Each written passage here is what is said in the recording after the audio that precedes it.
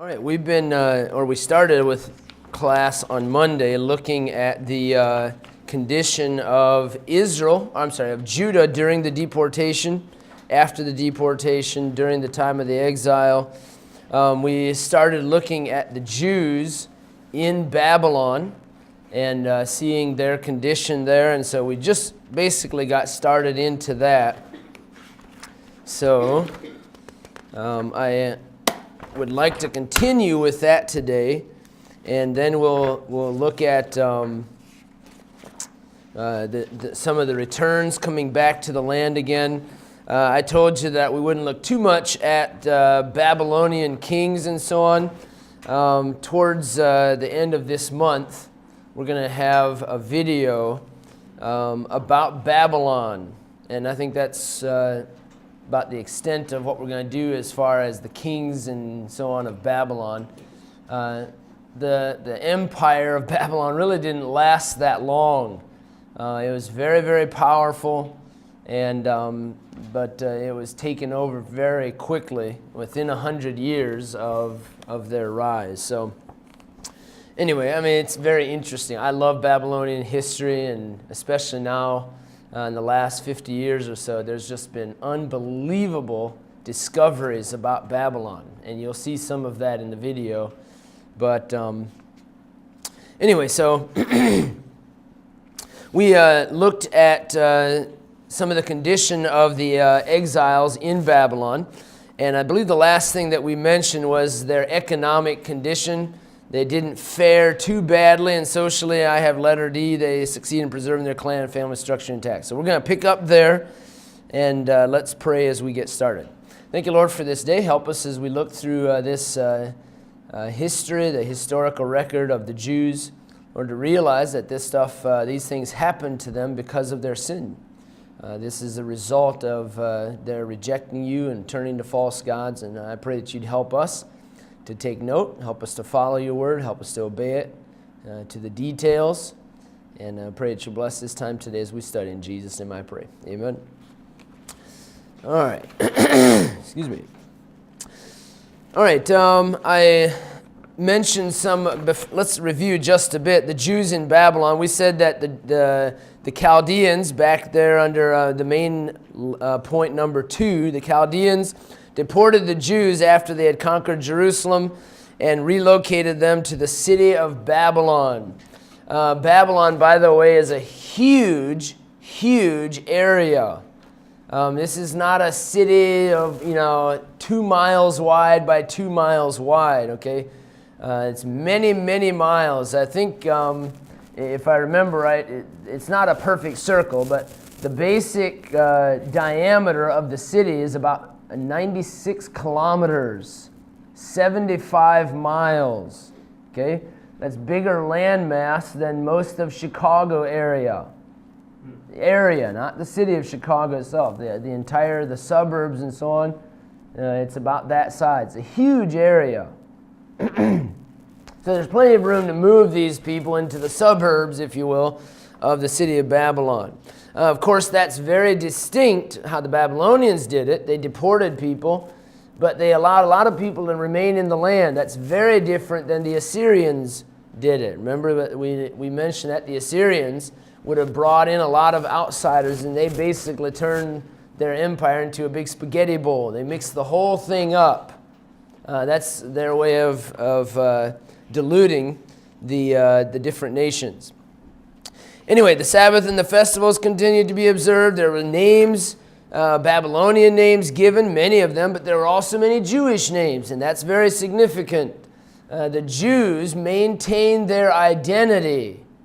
Okay, so that's very important to understand. And then the fourth thing that we mentioned, capital letter D, the exiles didn't fare too badly. They succeeded in preserving their clan and family structure intact. A prominent position was held by King Jehoiakim.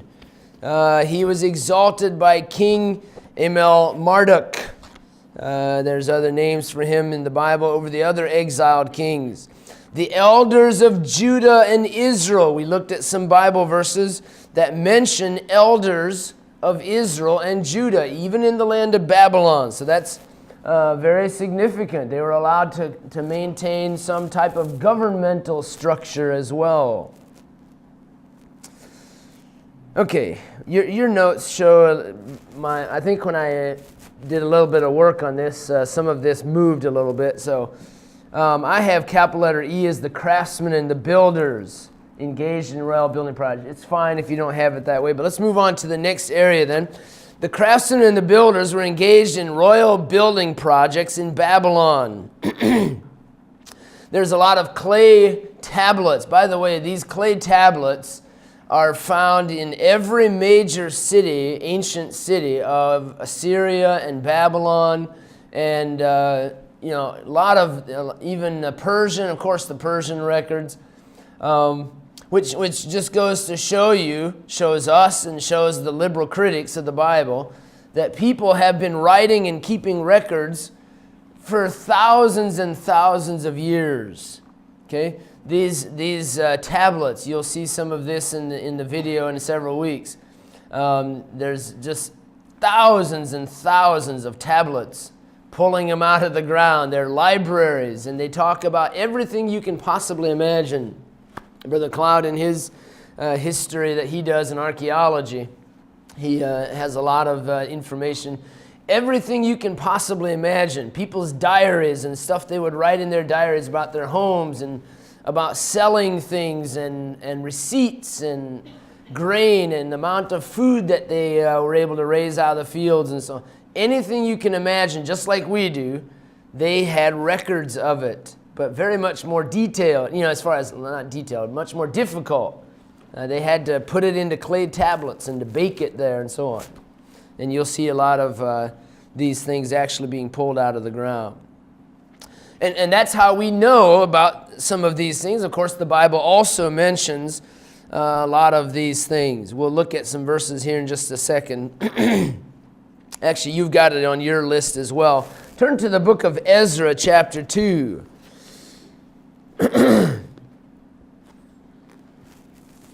It mentions on your paper there several of the names. Those names are found in Babylonian tablets. But many of the Jews were settled on mounds. I don't know if this is the passage, but Ezra chapter 2, I don't think it is actually. Yes, it is. Yes, it is. Ezra chapter 2, verse 59. And these were they which went up from, and it names off 5 places, but they could not show their father's house and their seed, whether they were of Israel. Go over to Nehemiah chapter 7, verse 61. Those are, by the way, names of cities in Babylon. Nehemiah chapter 7 names these same places, but they could not show their father's house nor their seed, whether they were of Israel. It names off a bunch of sites that had been destroyed and needed to be rebuilt. Okay, now that's a very common theme in archaeology. Sites destroyed, rebuilt, destroyed, rebuilt. So many of these people, the Israelites, settled on mounds, and we would call them tells. Ezekiel had a house in Tel Abib. Tel Abib. He lived on a tell. Most people lived on tells. If you lived in the city, you lived on a tell. But the word means a mound caused by the deluge. What deluge that was is up for debate, but there's a canal mentioned. Ezekiel chapter 1, the Shabar Canal. Ezekiel 1, chapter 3, chapter 23. Okay? So they lived in houses. There were houses built, cities built on tells and so on. And they lived in them. Shows their economic and their social lifestyle. Yes? How about tells were from previous cities that have been destroyed and built upon over and over again? I thought that's what a tell was. I guess it is a mound. Are all mounds, are all tells from previous city destructions, or are there natural tells? No. Well, there's mounds, but a mound, okay. I don't have the passage here, but I'm pretty sure it's in the book of Joshua where it mentions a mound, and the word mound there is the same as the word tell. So when we say a mound, we're not talking a natural hill. We're not talking a candy bar either, by the way. We're talking a tell, as exactly what you're describing. Destroyed, rebuilt, destroyed, rebuilt. So when they're living on these mounds, that's a tell. Yeah, we're not talking a natural hill. Okay, Jeremiah had encouraged the exiles to settle down, build houses, plant gardens, lead a normal life, preserve public security. Jeremiah chapter 29. Jeremiah chapter 29, verse 4. Excuse me. Thus saith the Lord of hosts, the God of Israel, unto all that are carried away captives, whom I have caused to be carried away from Jerusalem unto Babylon, build ye houses and dwell in them, and plant gardens and eat the fruit of them. Take ye wives, beget sons and daughters. Continue on with your lifestyle. Continue on.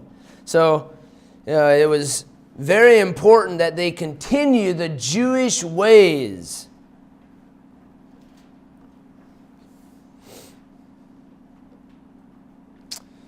Okay, let's see here.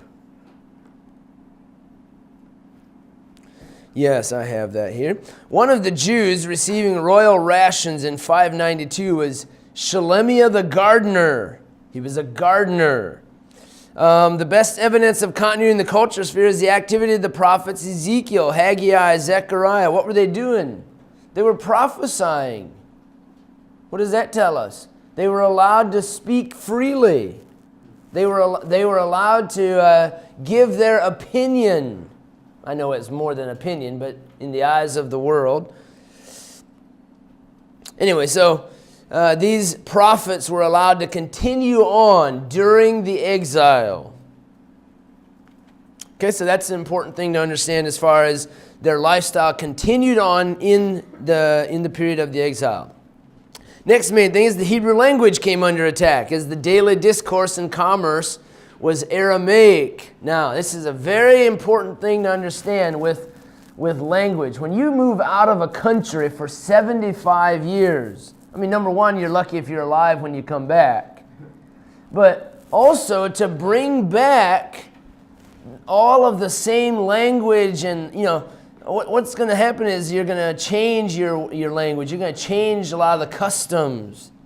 Okay? When my parents got saved 30-something years ago now, of course, we've changed a lot. Now, we did that intentionally.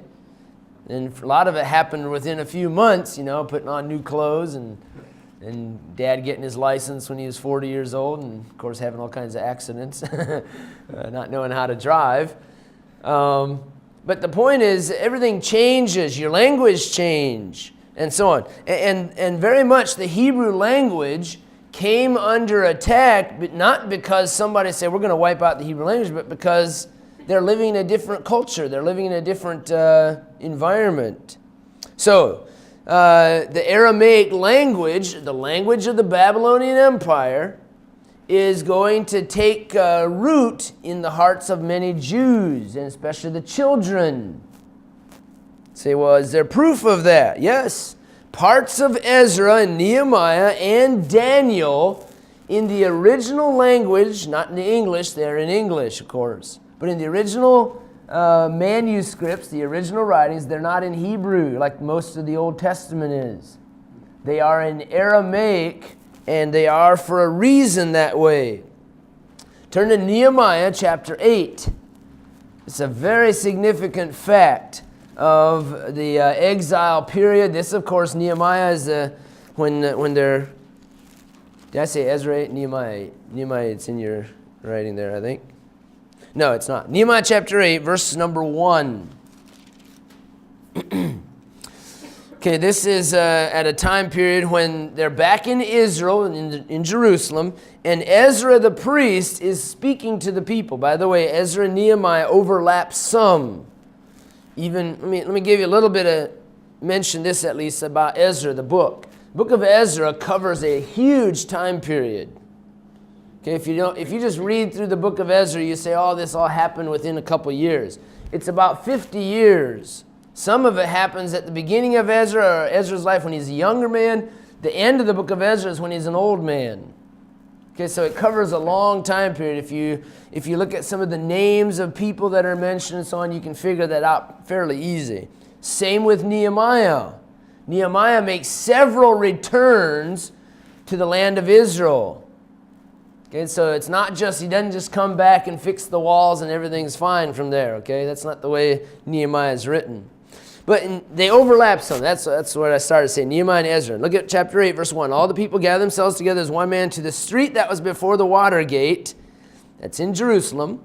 They spake unto Ezra the scribe to bring the book of the law of Moses, which the Lord commanded Israel. Now look what he does. Ezra the priest brought the law before the congregation, both of men and women, all that could hear with understanding, upon the first day of the 7th month. And he read therein before the street that was before the water gate from the morning until midday before the men and the women and those that could understand. Now, that is not little children versus adults. You know, the little children, they couldn't understand. So he's reading it before adults. That's not what it's saying. Those that can understand, and the ears of all the people are attending the book of the law, those are the people who understand it in Hebrew.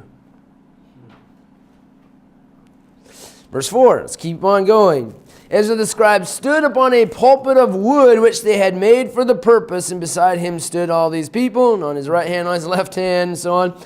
Verse 5, Ezra opened the book in the sight of all the people, for he was above all the people on his pulpit, and when he opened it, all the people stood up. And Ezra blessed the Lord, the great God, and so on. Verse 8. So they read in the book of the law of God distinctly and gave the sense and caused them to understand the reading. He caused them to understand. Now, what's the point? There were people in his presence here who didn't understand the Hebrew. Okay? So what he's doing is he's taking the time to explain to them. In essence, he's translating the text into Aramaic so that the people understood the reading. He's translating. Okay? Yes? I've always heard that Aramaic and Hebrew are almost identical, though. I don't know. Sure. Yeah, I don't know. I guess you wouldn't be able to understand, but I guess the letters that they use Sure. are the same letters, but they mean different things. Similar. Yeah. Like Yeah, like Spanish and yeah, English. exactly. Same letters. Yeah. So, which obviously they're still very different. You know, at least I think so. Sorry, Caesar. What's that? Separation.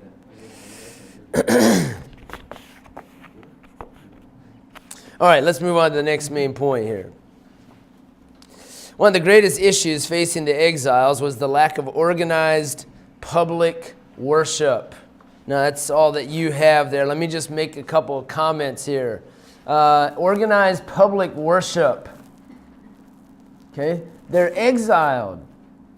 They're away from home. They're away from the religious structure, which, of course, to the Jews is very, very important.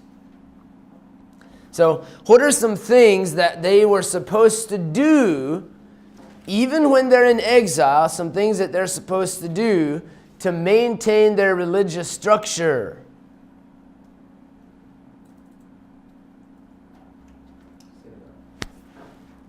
I'm waiting, letting everybody think a bit. Circumcision? Yeah. Absolutely. Sounds weird, but that's true. Yes? Feasts, certain feasts.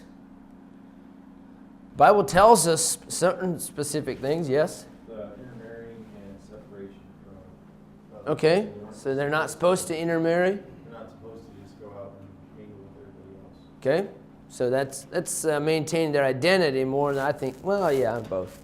Yes? Establish, where they still keep established. Okay, absolutely. Yes? Daniel prayed. Okay, that sounds simple, but that's true. What about 2 Chronicles 7:14? That whole passage.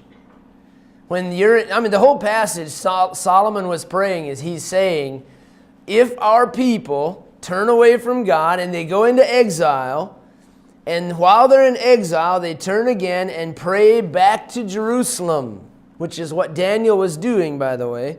He'd go to his window towards the west, and he prayed towards Jerusalem. I mean, that's what 2 Chronicles chapter 7 literally says. If they prayed towards Jerusalem, and it's not just the act of going to the west like the Muslims now. What do? They go, is it to the east? They prayed towards Mecca. It's not just the direction. It's showing that you're putting your faith in the God of Jerusalem.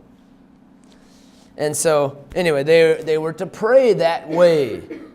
And if they do, if my people which are called by my name shall humble themselves and pray and seek my face, then will I hear from heaven, will forgive their sin, and will heal their land. It's specifically that verse talking about the exile. When that happens during the exile, so anyway, the lack of organized public worship was very difficult to maintain in exile. So, I don't personally believe that in Babylon there were lots of synagogues. But the idea, the concept of the synagogue was a concept, obviously, of exile. You're away from the temple, so you have a different system, a little bit different form in the synagogue.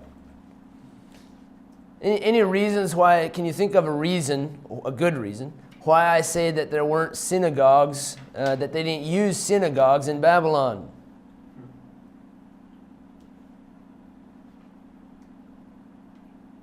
I'm not saying it's 100% positive, but I'm just saying can you think of a good reason? Yes? They're very nationalistic, God worshiper based. So that'd be kind of like treason to come in and set up your own God and worship Sure. in their land. Okay. Does the Bible mention them having synagogues in the Bible? That's a good reason. That's the reason I say there's no mention of any synagogues in Babylon in the Bible. To me, if Ezekiel is prophesying, and there were synagogues, he would have said, "Don't you dare miss going to the synagogue." There's no mention of any synagogues in Babylon. There's been no evidence found of any synagogues in Babylon. So, but obviously, and this is why the concept of a synagogue is that there's no temple, so you have to do with what you have. And so, anyway, so it was very difficult to have organized public worship. Next, children of the exile, Benagola, the exiles. Within the crucible of despair and hopelessness, they forged a new national identity and a new religion. Now, some of that you can take to the extreme. That's not what I mean. The exile was unexplainable. Hebrew history was built on the promise of Jehovah to protect the Hebrews. And here it seems like God forgot them. He forgot them. This Christ is a form of communism. When your view of reality and reality itself don't match one another, can precipitate the most profound despair or the most profound reworking of a worldview. Okay, I know it says a lot here. Let me just say it this way. In Babylon, many of the Jews who went through the exile, most of the Jews who went through the exile did not return to the land of Israel. Most of the Jews. They stayed in Babylon.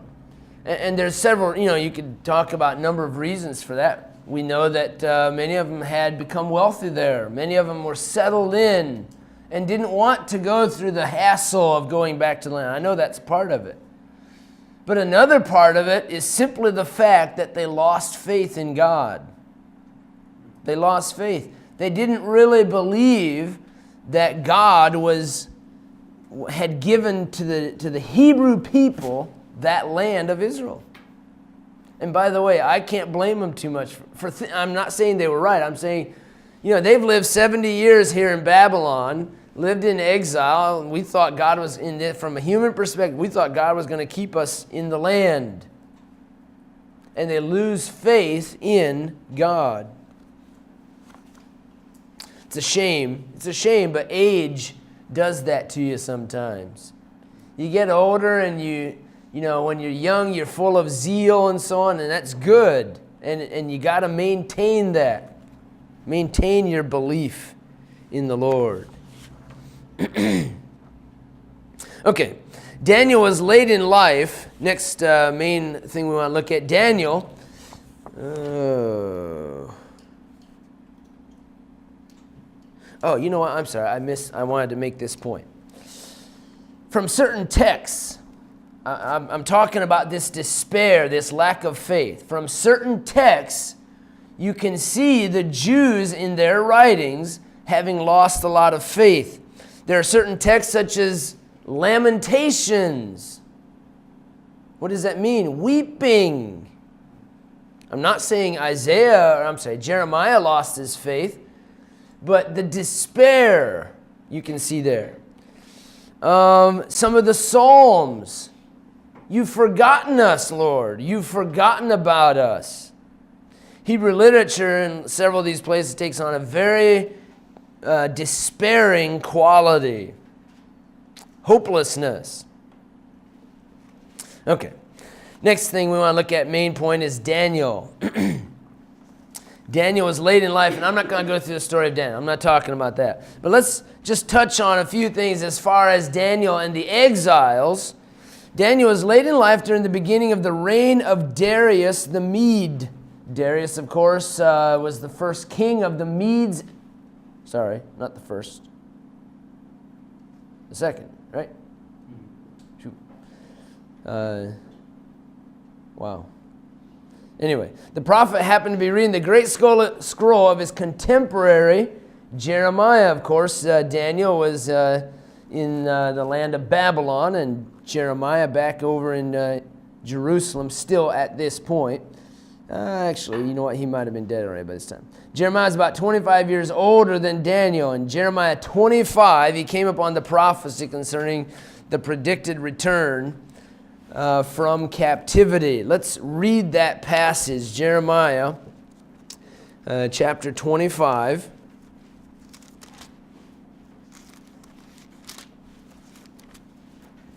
Jeremiah chapter 25, verse number 1. I'm not going to read the entire thing, but I'd like to read some of this.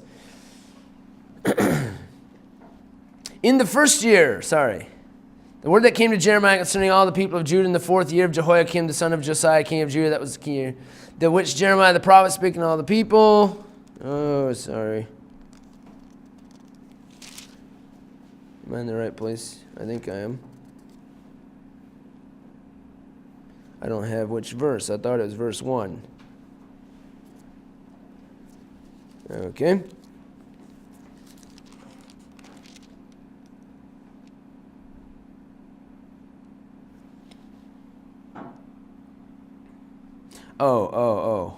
I've got written down here Daniel 9.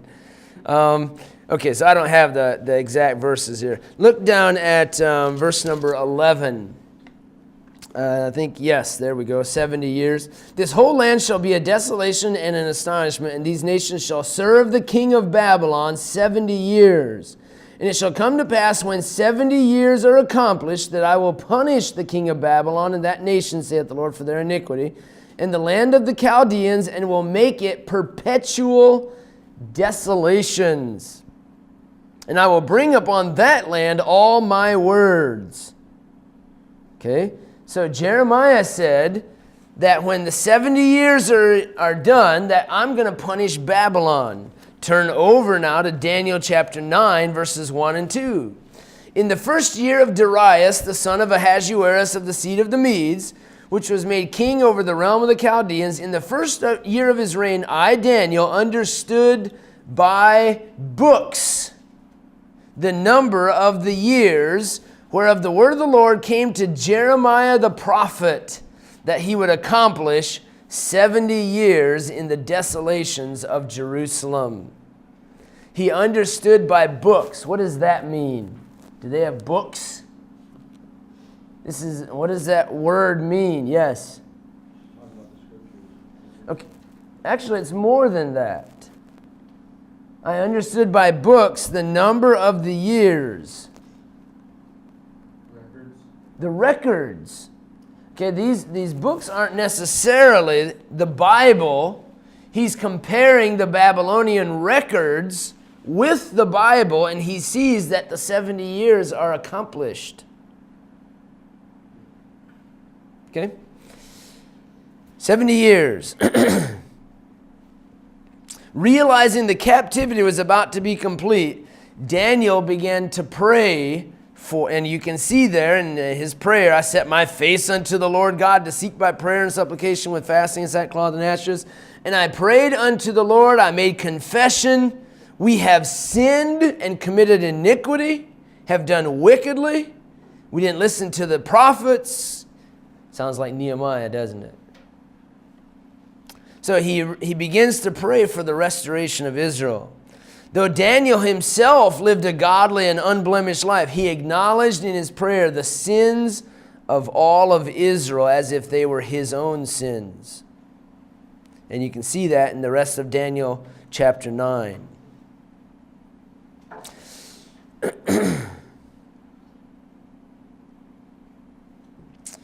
Okay.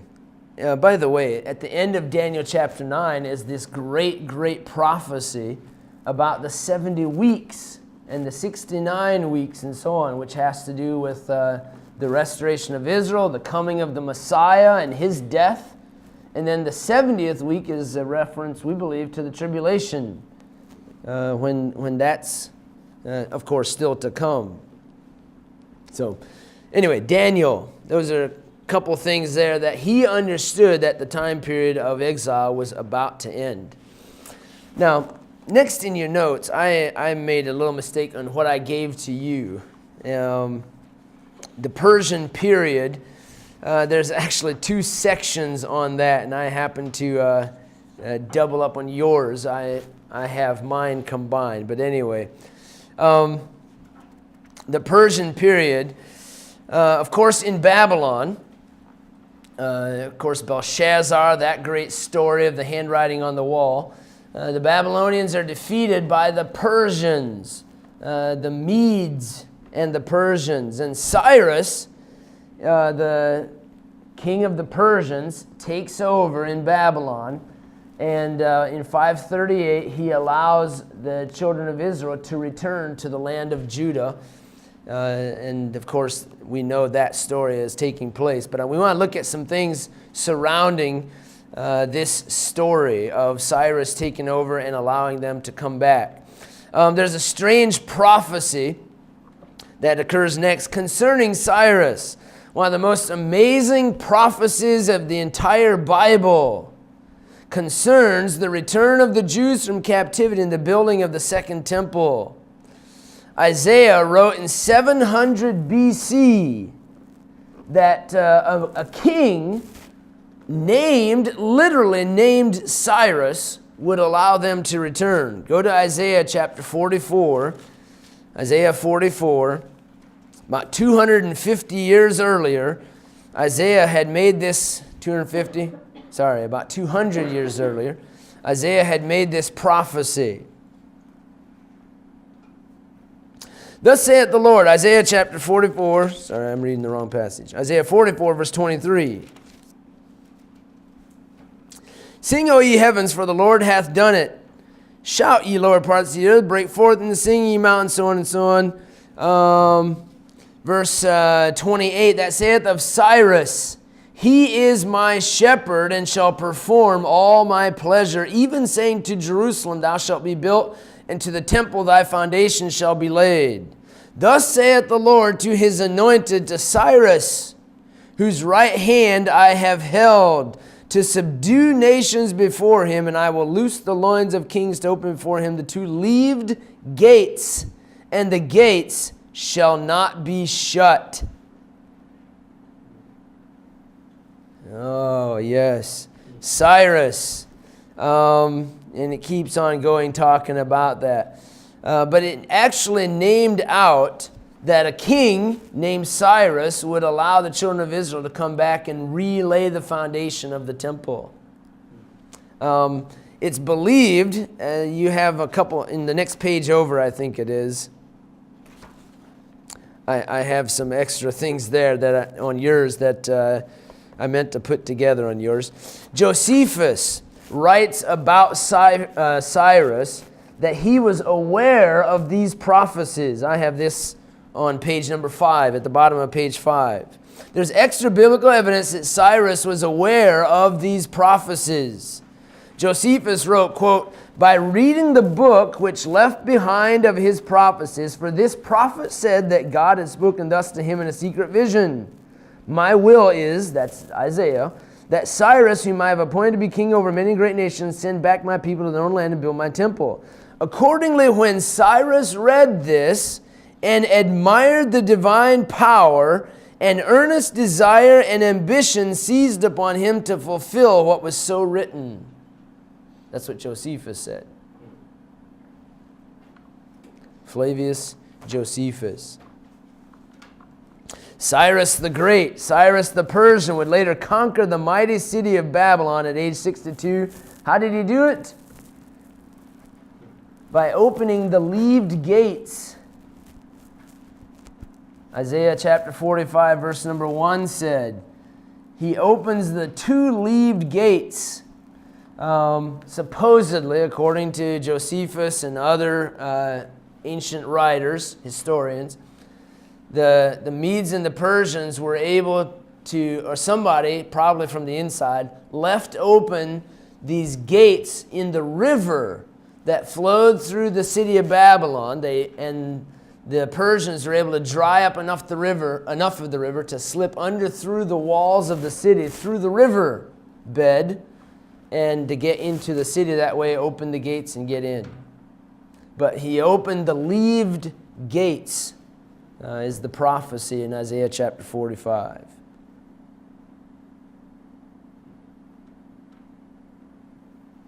When Isaiah wrote this in Isaiah 44 and 45, Cyrus hadn't even been born, of course. Yet Isaiah named him, commissioned him to play a major role in the restoration of the Jews to their homeland.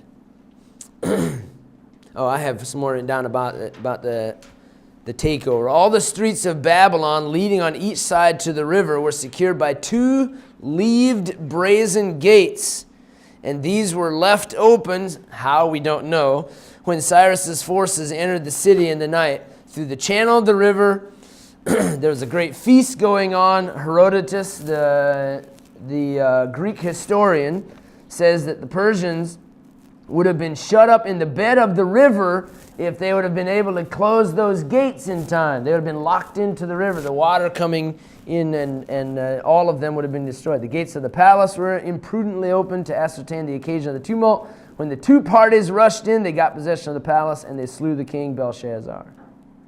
Anyway. So, Cyrus the Persian conquers the land of Babylon, and of course, he allows the children of Israel to return back to the land. Let me read to you a little bit about what Cyrus, what his mentality was towards the Jews. I think this is very interesting. God had prearranged this for a man like Cyrus to take over and to have an interest in allowing people to go back to their own lands and serve their own gods. When Cyrus the Persian conquered Mesopotamia and the whole of the Middle East, he did so for religious reasons. Unlike any conqueror before him, he set out to conquer the entire world. Okay, that wasn't a common idea. That was, for a while there, then after him, it became very common, very, You know, a lot of people did that. Alexander the Great. You got the Romans. I mean, you've got a lot of, after his time period when they tried to conquer the world, set up huge empires. For Cyrus and the Persians, conquest was largely a strategic affair. You guarantee your territorial safety by conquering potential enemies. But Cyrus wanted the whole world for religious reasons. Barely a century before, the Persians were a ragtag group of tribes living north of Mesopotamia. They spoke a language from the Indo-European family, including Greek, German, English. To the Mesopotamians, they were little better than animals and went largely ignored. But Cyrus believed that the final battle was approaching, in this battle between good and evil, a lot of crazy things. Zoroastrianism, dualism, he probably was a dualist and so on.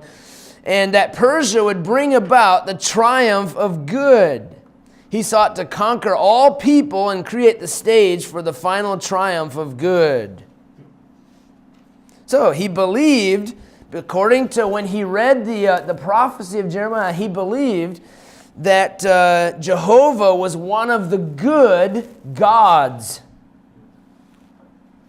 And so what did he do? He actually claimed that Jehovah visited him during the night.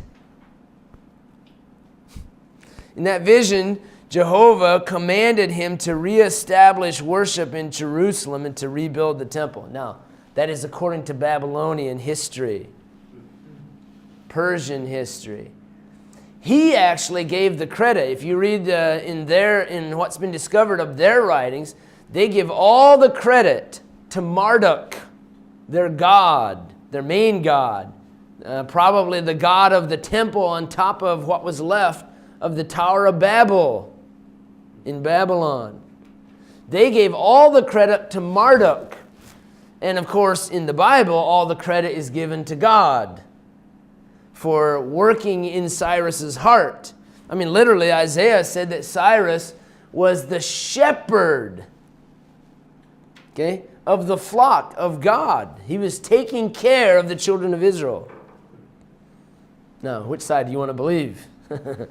Of course, we believe the Bible, and the Bible says that God is in control of the hearts of kings, moving these people, moving kingdoms. And here the Babylonians and the Persians, they give credit to their gods for moving in this way. I just think it's very interesting that Cyrus believed these things and he wanted to help the children of Israel get back to their land. If you read in the Bible, it doesn't make any sense without understanding this, I think. It doesn't make sense that Cyrus would not just send them back, but give them huge amounts of money to go back and help them. He paid to dress up their temple. Okay? Why? Because he wanted to do these things. He wanted to set up the world for the triumph of good and so on. Weird ideas, but God used it. Cyrus ordered the temple to be rebuilt. What good is the temple without worshipers? So he ordered that the Jews in Babylon return to Jerusalem. In fact, he sent many people back to native lands. The Jews weren't the only ones. Did you hear that? The Jews weren't the only ones that Cyrus sent back to their own native land. He sent back other people that the Babylonians had conquered as well. All right, let me show you some pictures. Sorry, stuck it right here. I want you to understand how big. Okay, this is we're not talking little cities here. We're not talking small, just a nice little old ancient city like Jericho. Okay, this is not Babylon, but this is an artist's rendering. This is an artist's rendering of some of the buildings of Babylon. Okay, huge, ornately designed buildings. you'll see a study on the Hanging Gardens, some things about the Hanging Gardens and how that was possible. Okay, those weren't plants hung up on the side of a wall. Okay, it's just a huge amount of work that went into it. This is the excavated, part of the excavated Persepolis. It's believed that this is the location of Shushan the palace. Now this would be during the time of the Persians, about 100 years or so after Nebuchadnezzar. But I'll send this around. You can look at it. This is in present-day Iraq. Huge, huge government buildings. I think this is the same picture, but from a little bit different angle. But you can kind of get an idea here. I'll just pass these around. There you go, and you can have one, and there you can start it over on that side.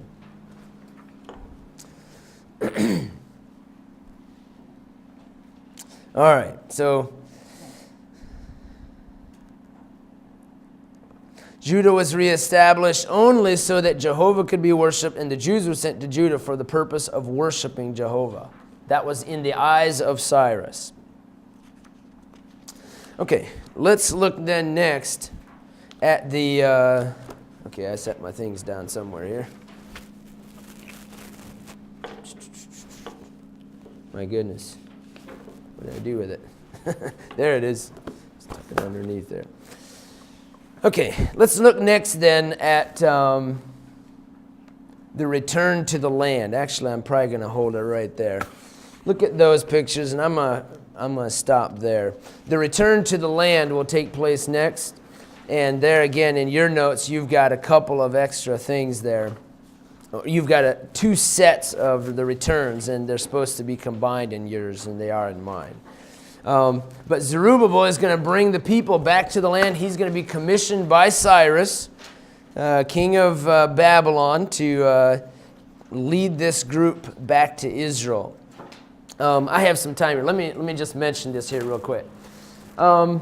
During all of this time of the exile and all the way through, let me think here. Yes, all the way through to the Maccabees, during the reign of the Greeks, well, the Persians, the Greeks, the Maccabees, there always was in place a religious system led by the high priests.